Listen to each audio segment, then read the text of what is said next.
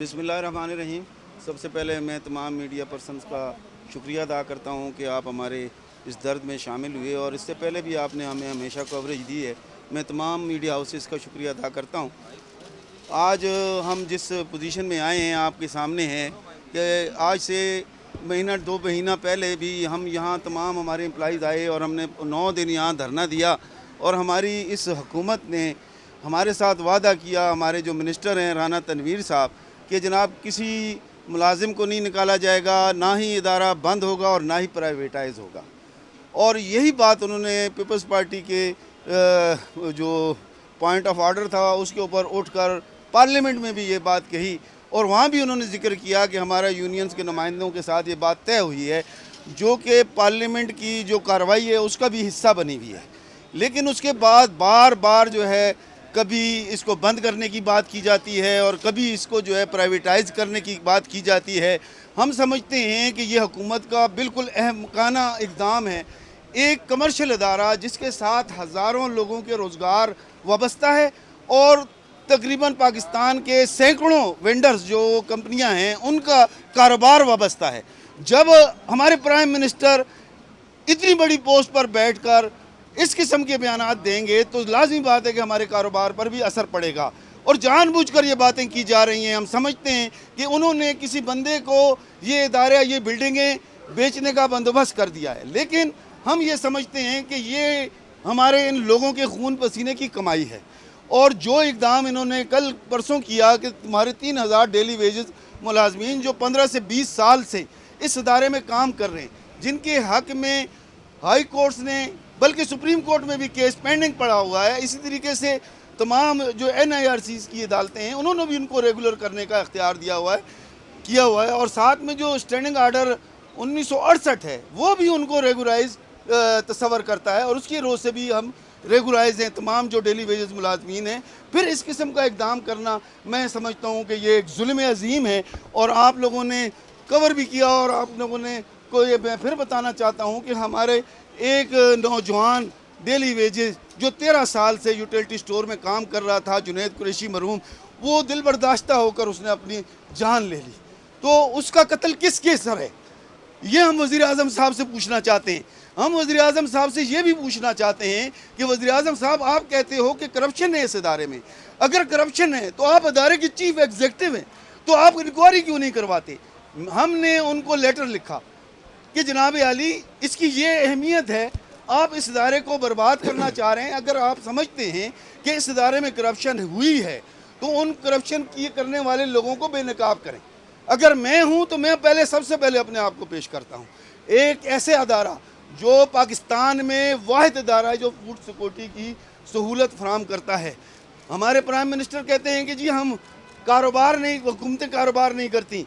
Utility store corporation कारोबार के लिए नहीं बनाया गया था, ये लोगों को सहूलत फराहम करने के लिए बनाया गया था और जो ब्लैक माफिया है उनको कंट्रोल करने के लिए बनाया गया था।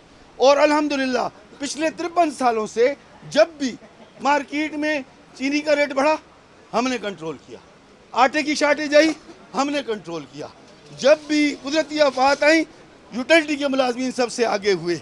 अगर कोई करप्शन है उसको सामने लेकर आएँ, हम आपके साथ खड़े होंगे, उन लोगों को चौकों में लटकाएं। हम किसी का भी दफा नहीं करेंगे। जितने चोर डाकू हैं आप पकड़ें उनको। हम कब कहते हैं कि आप ना पकड़ें, लेकिन इस इदारे को ख़त्म करना सिर्फ यूटिलिटी स्टोर कॉरपोरेशन के हज़ारों मुलाजमीन के साथ जुल्म नहीं है, बल्कि पूरे पाकिस्तान की गरीब आवाम के साथ भी जुल्म है। मैं आपको बताऊँ, ये कहते हैं कि हमें नहीं ज़रूरत ऐसे कारोबार की।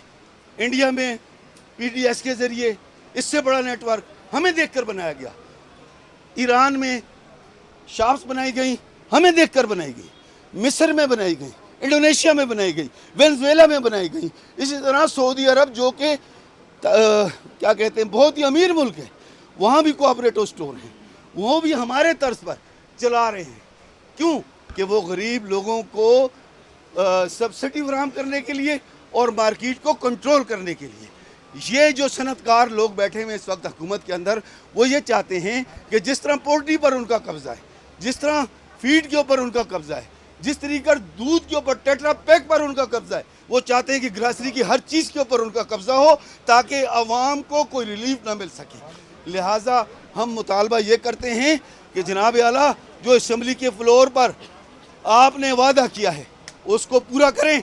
ये इदारा हम चला भी सकते हैं, चलाएंगे भी। हमारे जो टैक्सेस के पैसे हैं वो हमें दिए जाएं और इस इदारे को चलाने के लिए जो बेल आउट पैकेज है वो फौरी तौर पर दिया जाए और जो डेली वेजेस निकाले गए हैं उसको आज ही वो फैसला वापस ले। हमारी मैनेजमेंट बिल्कुल उन्होंने जालिमाना फैसला किया है, हम इस फैसले को नहीं मानते। अगर ये फैसला वापस नहीं लिया गया आज ही हम अगली तारीख का ऐलान करेंगे। जिस तरह हम पिछले धरने में लोग आए थे, इंशाअल्लाह इस दफ़ा हम अपने बाल बच्चों को भी लेकर आएंगे और हम आवाम से भी रिक्वेस्ट करेंगे कि उनके मुंह से भी नुआला छीना जा रहा है, उनको भी महंगाई माफिया के मुंह में धकेला जा रहा है। लिहाजा वो मैदान में आए और इस इदारे को बचाएं। अगर ये इदारा बिक गया या इन फरोनों के हाथों में चला गया तो खुदा की कसम मार्केट बेलगाम होगी। आज सब्सिडी बंद की है, चीनी 160 पर पहुंच गई है और शुनीद है कि 180-200 तक जाएगी। वजह क्या है? पार्लियामेंट में बैठे हुए हैं 84 शुगर मिले हैं तमाम इन हुक्मरानों की। कोई पीपल्स पार्टी का है, कोई नून लीग का है, कोई दूसरा है, सारे कौमी असम्बली और सेनेट में बैठे। इसी तरीके से घी मिल्स हैं, इसी तरीके से दूसरी चीज़ें हैं।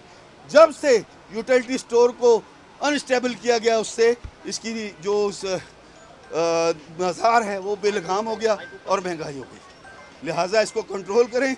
हम अपनी हुकूमत को भी और अपनी मैनेजमेंट को भी वाज़ेह करना चाहते हैं कि मेहरबानी करें ये फ़ैसला वापस लें और दोबारा इस इदारे को चलाने की कोशिश करें और जो ये रोज़ाना की बयानबाजियाँ हैं उसको बंद करें।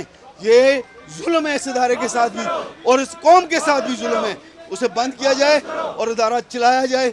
अगर इन्होंने अपना फ़ैसला वापस ना लिया तो हम जब यहाँ आएंगे तो फिर बेशक आप यहाँ खून की नदियाँ बहाएं, हम अपना खून देकर आपकी हुकूमत को गिराएंगे इंशाअल्लाह। क्योंकि जब तक हमारे बच्चे अगर भूखे मरेंगे, एक जुनैद कुरैशी ने खुदकुशी की है, हम खुदकुशी नहीं करेंगे इंशाअल्लाह। अगर इन्होंने बदमाशी ख़त्म ना की तो हम अपने सीने इनके सामने रखेंगे और अपना हक लेके जाएंगे इंशाअल्लाह। ये हमारा पैगाम उन तक पहुँचाएँ, हम पीछे नहीं हटेंगे किसी सूरत में।